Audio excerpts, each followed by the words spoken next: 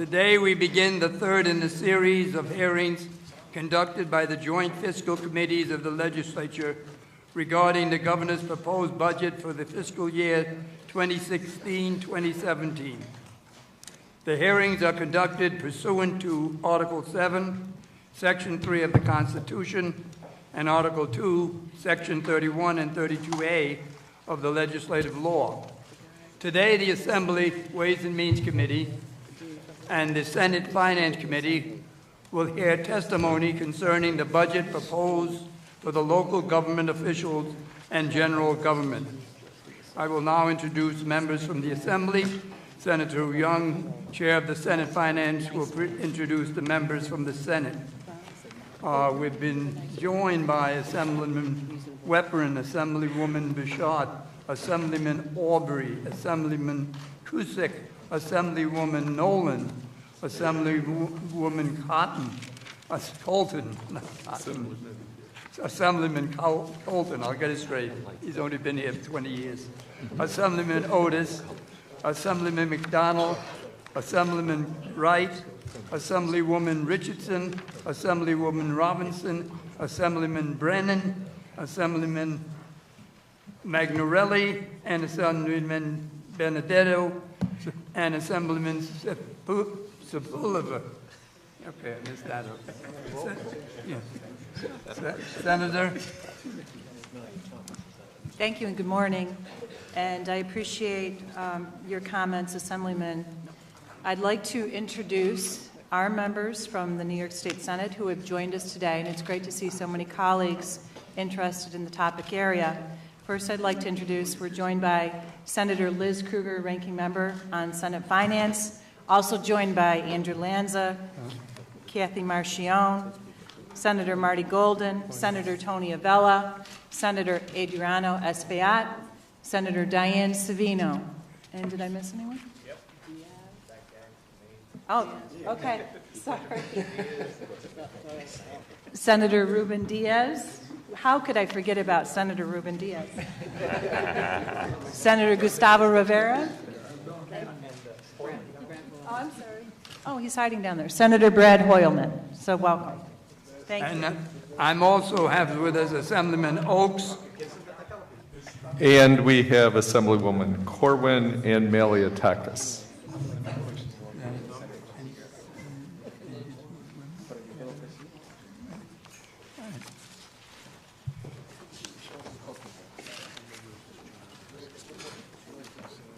Before we introduce the first witness, I would like to remind all of the witnesses testifying today to keep your statement within your allotted time, limited so that everyone can afford the opportunity to speak. Last night we finished at 7:30. I will now call our first witness. City of New York, the Honorable Bill de Blasio, Mayor. Thank you, Mr. Chair.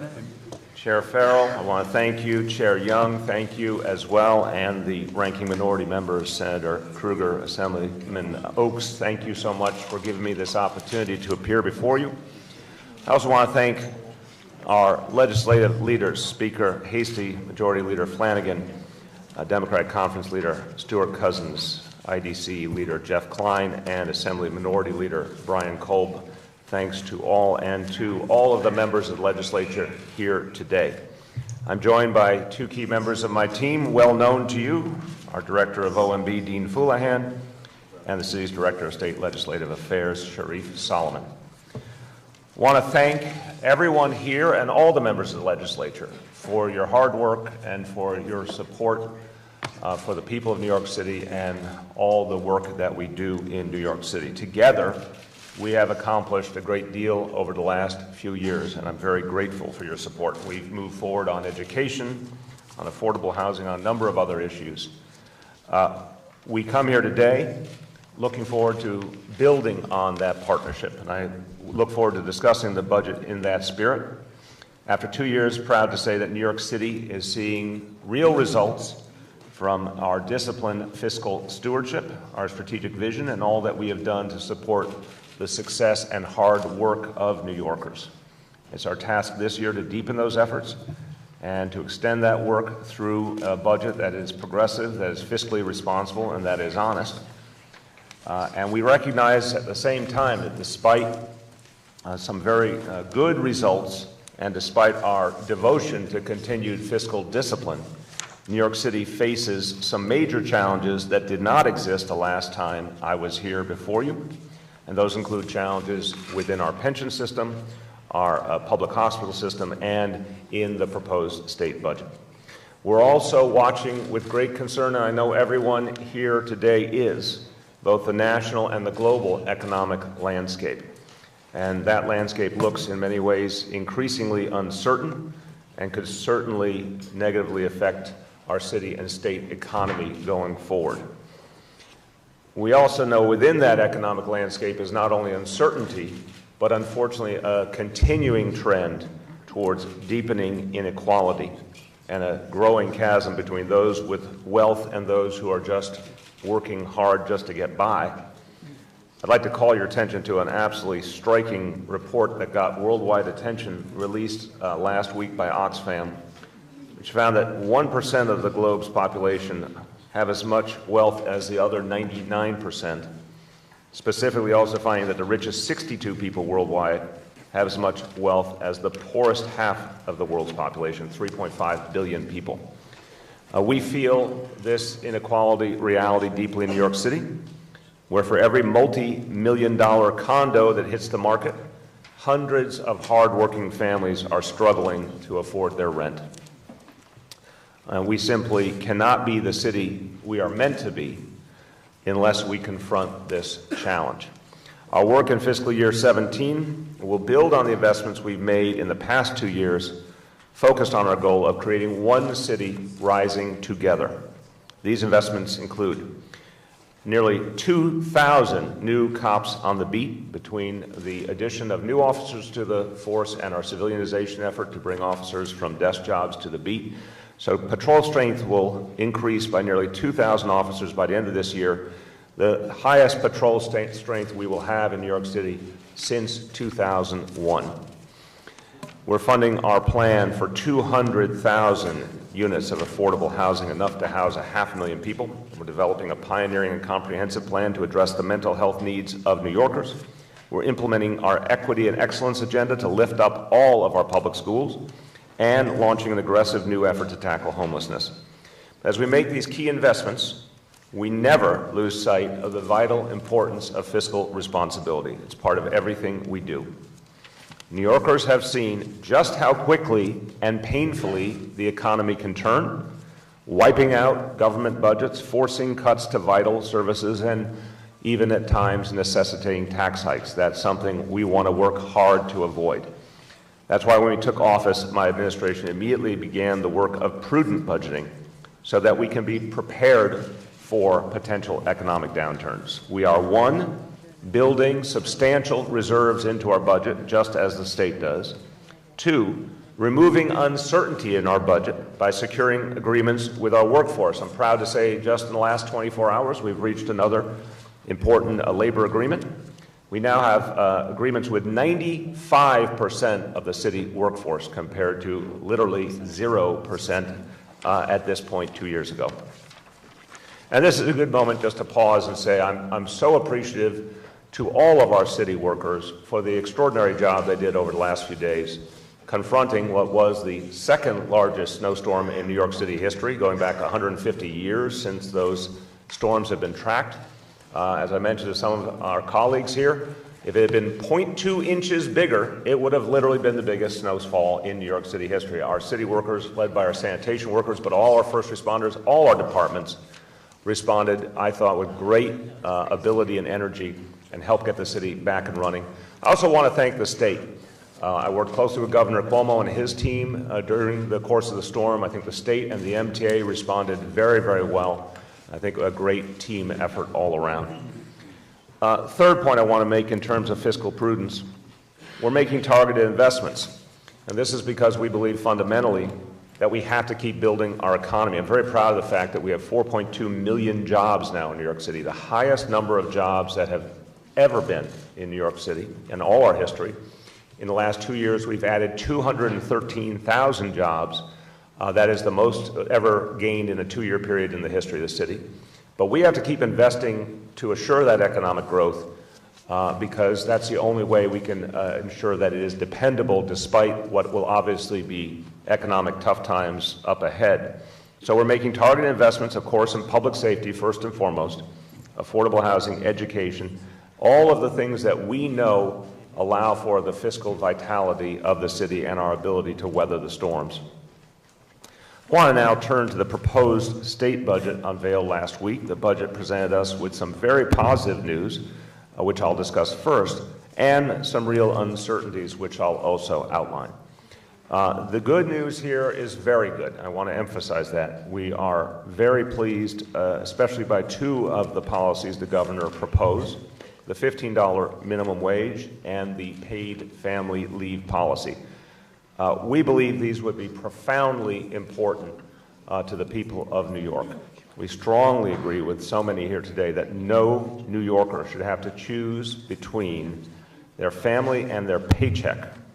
And that is why the paid leave policy is so important. In New York City, we've taken every action we can to relieve our hardworking families of having to make these difficult choices. We've extended paid sick leave to 500,000 more New Yorkers and paid parental leave to more than 20,000 city employees, and we look forward with our labor union partners to extending paid parental leave to more and more of the city workforce in the coming months.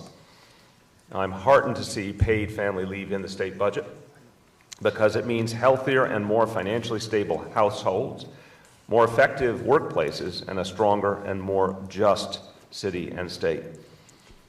I particularly want to acknowledge and thank the champions and prime sponsors of paid family leave in the legislature. Assemblymember Kathy Nolan, thank you. Senators Jeff Klein and Joe Dabo, thank you. And to so many of the co-sponsors here, thank you for focusing on this crucial issue. Now, I've said before, when it comes to the wage issue, nothing does more to lift up working families and move our economy forward than raising wages. I've been a proud participant in the fight for $15 for many years.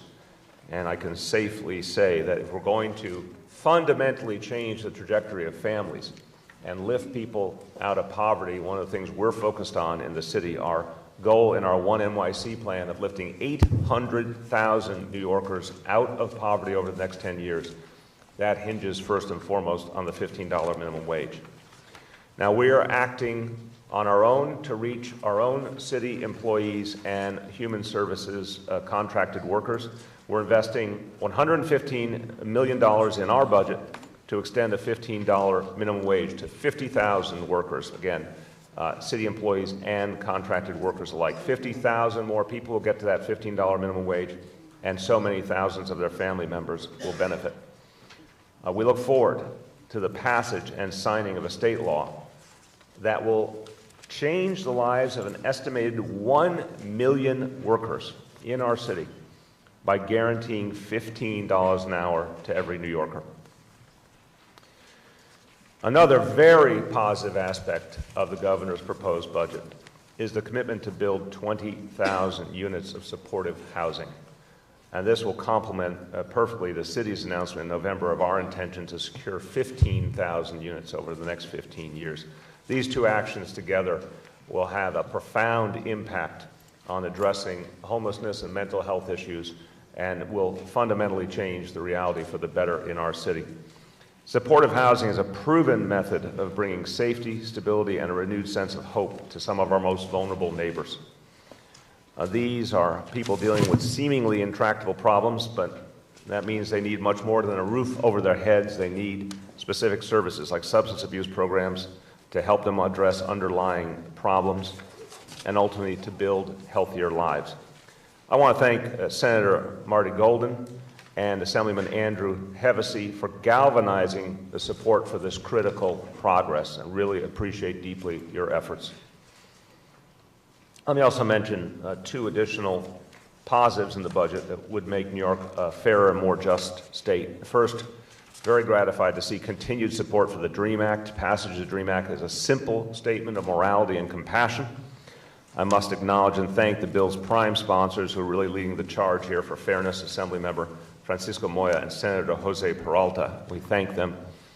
Second, Another important and meaningful step towards justice in our city and our state would be raising the age. And we supported raise the age last year. We'll support it again this year. In New York City, we've already reduced unnecessary arrests and incarcerations. We've ended punitive solitary confinement for 16 and 17-year-olds.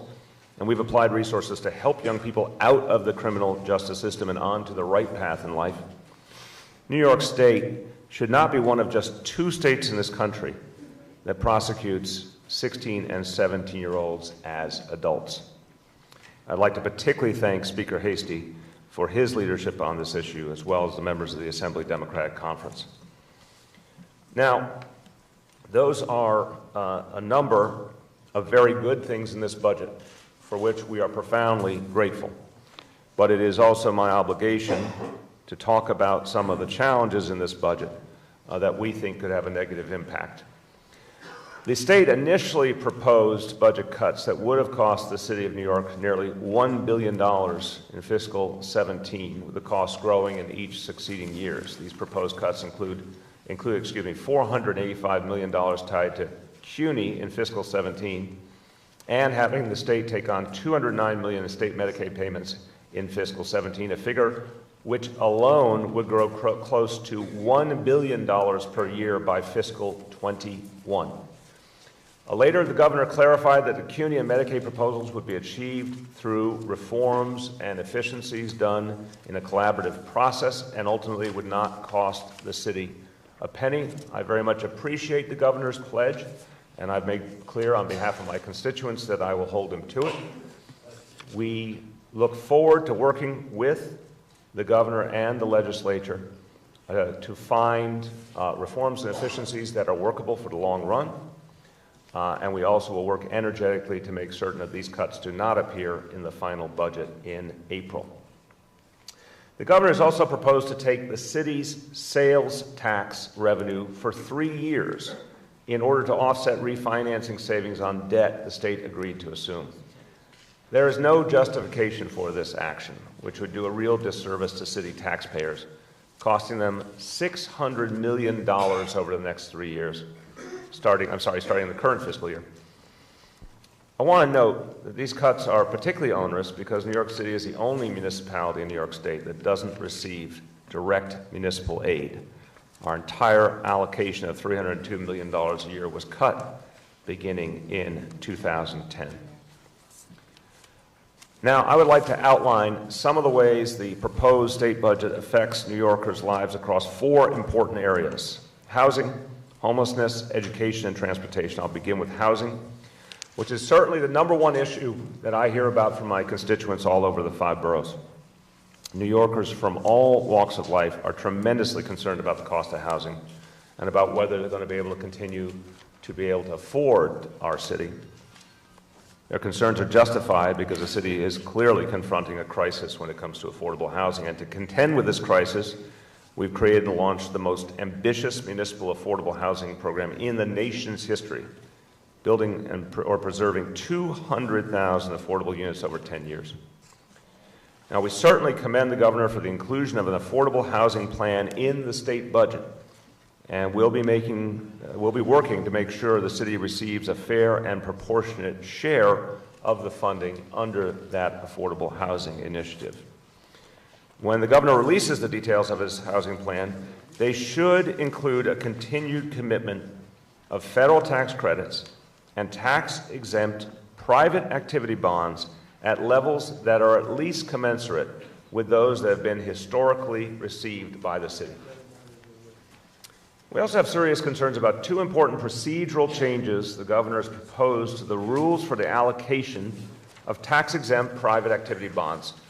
This bond cap allocation is a vital resource for the city. Over the last 2 years, the city has financed more than 16,700 affordable apartments across all 5 boroughs using our bond cap allocations. These projects have ranged from a 60-unit building in Upper Manhattan, serving formerly homeless families and youths aging out of foster care, to a 256-unit mixed-income development in the Tremont neighborhood of the Bronx.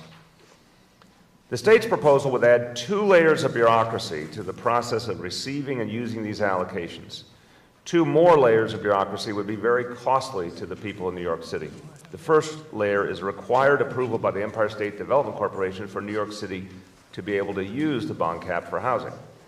The second layer is a different required approval by the Public Authorities Control Board for each individual project that the city seeks to build with these dollars. Last year, the city's Housing Development Corporation efficiently used all of its state bond cap allocation to fund its project, and HDC couldn't even get started at almost 1,200 affordable apartments across the 5 boroughs simply because it did not receive enough in bond cap allocations from the state. Imagine a situation if these additional regulatory obstacles were to go in effect. They would produce uncertainty in financing and unnecessarily add difficulty and delay to the process of building the affordable housing struggling New Yorkers need. Another essential component of affordable housing in the 5 boroughs is the New York City Housing Authority, or NYCHA, which is home to 400,000 plus New Yorkers. Today, we need NYCHA more than ever. But the authority has suffered decades of neglect and disinvestment, resulting in a dangerous financial situation and an unacceptable quality of life for too many of its residents. Last year, we unveiled Next Generation NYCHA, our plan to get NYCHA back on solid fiscal ground and to reinvent itself for the 21st century. As part of that process, we are honoring our commitment to add $100 million in capital funding each year for the next 3 years. We ask the state to fully come through on its commitment of $100 million in capital funding for the current fiscal year and another $100 million in capital funding for each of the next 2 fiscal years. That's how to do right by NYCHA's hundreds of thousands of residents. Now I want to turn to homelessness, which is a deep and persistent challenge that the city has been struggling with for decades. Today we're using every tool, committing every resource, and summoning every ally to confront that challenge. To maximize our efforts, the City of New York needs a serious, consistent, lasting partnership with the state government and added funds for prevention and rental assistance programs. Our work begins with prevention, keeping families off the streets in the first place, keeping families in their apartments and not in shelter. To that end, we ask that the state modify the criteria it uses to determine the Family Eviction Prevention Supplement, or FEPS. FEPS can be a life changer for families who are facing the immediate threat of being thrown out of their homes. But today, the levels of financial support under FEPS are simply too low to be as effective as they could be. We urge you to raise the state level of assistance to what the U.S. Department of Housing and Urban Development has determined is appropriate for the New York City rental market. That would increase rental assistance by 50%, giving the typical family approximately $1,500 a month. That's fundamental in a city where an average 1-bedroom apartment now rents for $3,100 a month. In addition, we must make FEPS available to victims of domestic violence, who often are effectively evicted from their homes when they flee for safety. Let's think about that for a moment. Often a woman doing what she must do to protect herself and her children, fleeing the only home she has for someplace safe. We need to make sure that these victims have support to get into other forms of available housing and not to end up in shelter. And that's what we can do if we increase this FEPS allotment and make it available to those who have already suffered so much because of domestic violence. If we raise the FEPS levels as I described and make it available to victims of domestic violence, it would cost $63.5 million this year, of which $19.7 million is city funding and $35.6 million is federal funding. We urge the state to contribute its portion of this funding, estimated to be $8.3 million. I would also ask you to revisit the underlying shelter allowance, which FEPS is added on top of and which hasn't been increased since 2003. Another aspect of the city's homelessness challenge has to do with people struggling with health issues like AIDS. As part of the city's plan to end the epidemic of AIDS, we have committed to extending the HIV/AIDS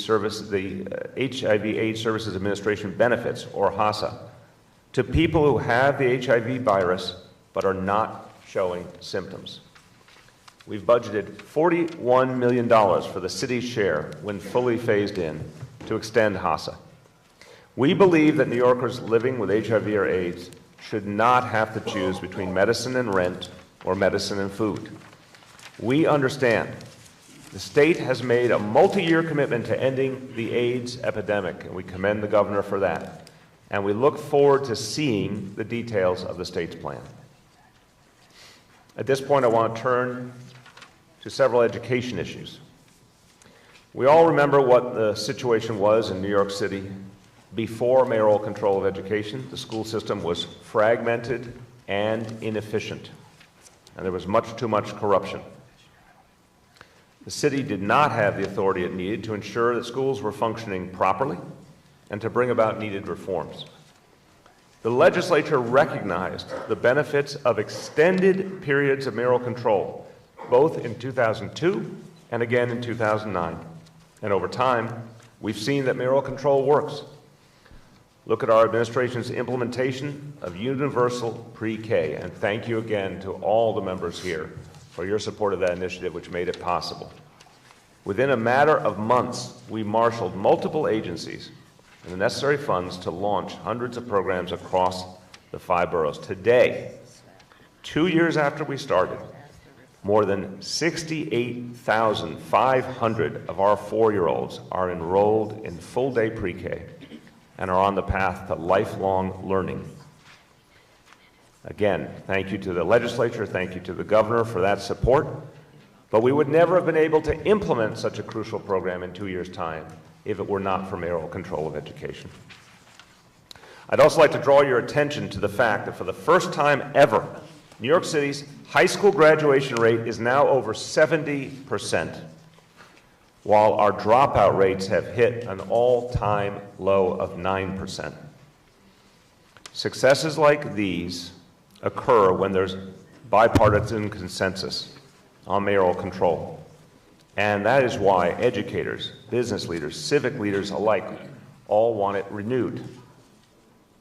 It will build predictability into the system, which is important for the deep, long-range change that is needed for our schools. As you know, I believe fundamentally as a matter of philosophy that mayoral control should be made permanent. I don't believe there is another system that works. But short of that, it should be renewed for 7 years, the same amount of time as its original authorization. And to return for just a moment to pre-K, the success of pre-K should also be evidence enough that we don't need to change how we administer it by creating a pre-K grant board that would supplant the state education department. We were able to achieve this huge progress on pre-K under the existing system. We think it works and should be continued. Now, our schools certainly need additional aid, and we are in favor, of course, of funding all schools fairly, which is why we must get to a proposal that actually supports all of our schools in an equitable manner. It is imperative that the state add more money for foundation aid so that the state can close its $2 billion shortfall for New York City pursuant to the Campaign for Fiscal Equity decision by the Court of Appeals.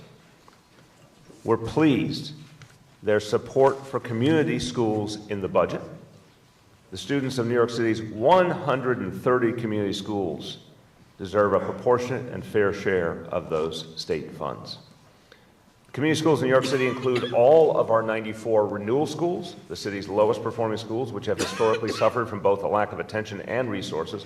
We're investing $187 million a year in their turnaround. We've moved ineffective teachers and principals out over the past year and moved talented and hardworking educators in as part of the changes needed in our renewal schools. And support for that initiative and for the community schools is crucial to our continued success. Now, we hold a basic belief that every child in our city and every child in our state is equally important. And we certainly can't support initiatives that take from one group of children and give to another group. So we're concerned about the governor's proposal to raise the per-pupil tuition rate for charter schools which would cost New York City, and only New York City, $30.3 million in fiscal 17 alone. No other municipality in the state is being asked to shoulder this particular cost. If the state wants to provide additional aid for charter school tuition, we would certainly welcome it, but the state should not take away from other urgent needs to fund it. Finally, I'd like to talk to you about critical and infrastructure and transportation issues. Breaking with decades of tradition, New York City made a contribution of $2.5 billion in capital funds last year to allow the MTA to invest in a more reliable, effective, and safe mass transportation system for our future. We request the approval of a fully funded capital plan by the Capital Program Review Board and the adoption of the state budget and adding it to the adoption of the state budget to solidify financial support for MTA capital investments. This will help grow the economy of our entire region and the state as a whole. We're also pleased to see that the state budget has committed $22 billion to roads and bridges. Take just two examples of why these funds are so necessary. The Brooklyn-Queens Expressway Triple Cantilever Bridge and the Belt Parkway Bridge are facing shortfalls of $646 million and $297 million, respectively. That's almost $1 billion in total just for those two projects. Together, these shortfalls represent 38% of the two projects' costs, the historical state share that has gone unfunded in recent years. We obviously look forward to fair and proportional funding as part of these new resources. Before I conclude, I want to raise two new fiscal challenges that New York City is confronting ourselves this year. And again, these are two changes or two challenges that we did not face when I sat before you just a year ago. As part of a regular review process, the city actuary is adjusting life expectancy assumptions for our retirees, and this will increase the city's pension costs by $600 million annually. I should note that that charge was incurred starting the current fiscal year, so there's $600 million in this fiscal year's budget that we did not anticipate, and there was no way to anticipate at the beginning of the budget process for this fiscal year. $600 million for next fiscal year 17 and every fiscal year thereafter added to the budget. In addition, our public hospital system is facing new challenges. New York City Health and Hospitals is the largest municipal hospital system in the nation. In 2014, its 11 hospitals, 70-plus community-based clinics, and other facilities were visited nearly 5 million times. Almost 1 in 6 New Yorkers was treated. But today, the patients who go to health and hospitals are mostly covered by Medicaid or are entirely uninsured. At the same time, the federal government is cutting reimbursements for the care of these uninsured patients, and Medicaid doesn't cover the cost of care even for those who have Medicaid, leaving health and hospitals to pick up millions of dollars in costs. This is forcing health and hospitals to transform how they do business, because this current operating model is no longer fiscally sustainable given the changes that have occurred in federal and state rules and laws and the changing healthcare economy. We're working to reform this system immediately, and as a first step, I have provided $337 million in immediate relief to health and hospitals for this fiscal year that we are in now. Within the next 3 weeks, the city will be coming to you to identify areas where the state can provide assistance and help us address this growing problem. To conclude, as the governor rightly said in his State of the State speech, quote, "We are upstate and we are downstate, but we are one state." I couldn't agree more. We are all New York, and we are all New Yorkers. It is my privilege and honor to represent 43% of the citizens of this wonderful state. 8.5 million people, by the way, our highest population ever in the city of New York, and moving rapidly towards 9 million people in the coming years. 8.5 million people who are hardworking, who are innovative, who are creative, who represent every corner of the earth but come together to make our city and state great. The overwhelming majority of them are doing everything right. They're raising their families, they're paying their fair share in taxes, they're getting up each day, and they're working hard. The choices that you will make in this legislative session will have a great effect on their lives. Thank you for inviting me to speak with you today, and I look forward to working with you, and my entire administration looks forward to working with you in the days ahead on a budget that will meet the needs of every New Yorker, wherever they may live. Thank you very much. Thank you, Mr. Mayor. First, the question will be Mr. Benedetto, but before that, I would like to introduce with us Assemblyman Ortiz, Assemblywoman Rosick, Assemblywoman Seawright, Assemblywoman Simon, and Assemblywoman Walker. Also, Assemblyman, we have other senators who have joined us who Senator Liz Krueger will introduce. Thank you. We are joined by Senator Dan Squadron, Senator Roxanne Persaud, Senator Bill Perkins, and Senator Tim Kennedy.